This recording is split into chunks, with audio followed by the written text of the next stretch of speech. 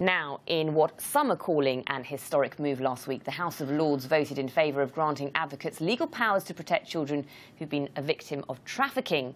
The new legislation is part of the modern slavery bill introduced in 2004. And joining me to discuss this is Aidan McQuade, who is the director of Anti-Slavery, one of the oldest human rights organisations in the world. Welcome to the programme, Aidan. Thanks for having us. Very quickly, how significant is this amended bill?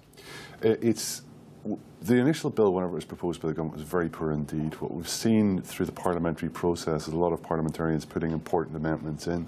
The amendments around children's rights and children's advocates are extremely important because they've been dropping through the system and many kids have been going missing despite being in care and not having their best interests represented while in care.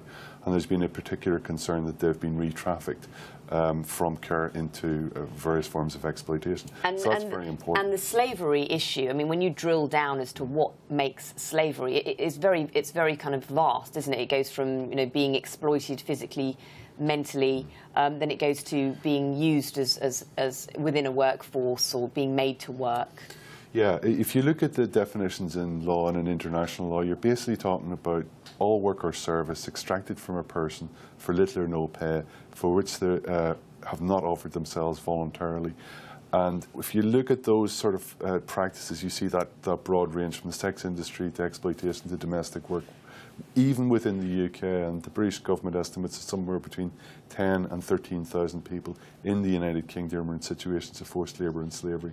I mean, you mentioned UK figures there. The International Labour Organization, I know, which you support as well, says that 8.4 million kids are in slavery.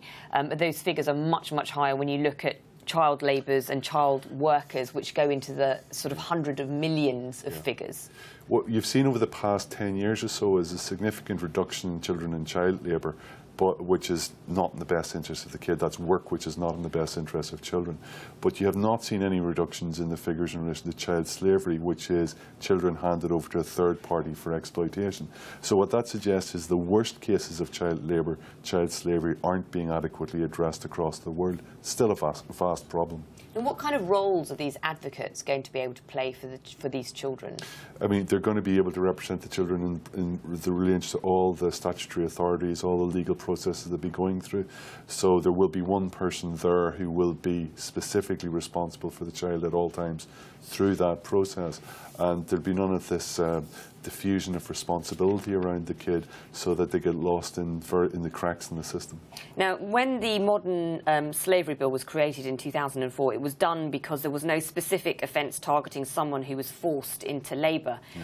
And this obviously covers not just children but adults. And some campaigners have been quite critical about the bill, saying that actually the one thing they failed to do last week was to look at how visas and people coming over from foreign countries who are being trafficked, how that's tied in, because if they are exploited, they can't then leave the employer who is exploiting them because they won't be able to renew their visas. Now, the government said they're going to review this in July. This is the fourth review. Why is it taking so long? This is something which surpasses all understanding. I mean, at the heart of British policy in relation to slavery, while the government says it wishes to be a world leader against slavery, is something which is a direct equivalent of the Middle East kafala system, which ties workers to employers to such an extent that even in the most exploitative of circumstances, they can't leave employment without risk of deportation. So it's huge power which the government willingly hands over to employers. And it's a direct contributor, in my opinion, towards the reason that there is tens of thousands of slaves within the UK. Now, why the government refuses to accept this, I don't understand. They introduced another review of this after two other reviews instigated directly by Theresa May and a third review undertaken by the Human Rights Committee of the House of Commons, all of which recommended reinstatement of visa rights for domestic workers. But now the government's introduced a fourth one. I think that was in order to try and undermine a vote which went through the House of Lords last week, which demanded the government puts back in place the rights of migrant domestic workers to change employers. So we're now wait to see how the government's going to react. I fear that they're going to reject this, and we're going to see this ping-ponging back between the House of Lords and House of Commons. Okay. And never come onto the statute. Very, very briefly, as we're running out of time. Sure. I mean, the government has been accused of effectively licensing modern modern-day slavery by not reviewing these visas.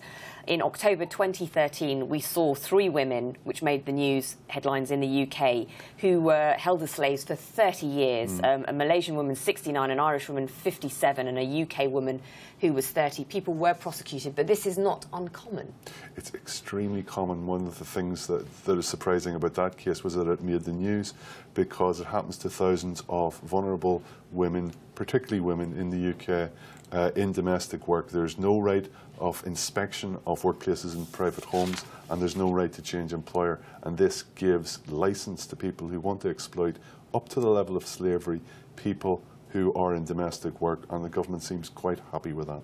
OK. Aidan McQuade, Director of Anti-Slavery, thank you very much for coming in. Thanks for having us.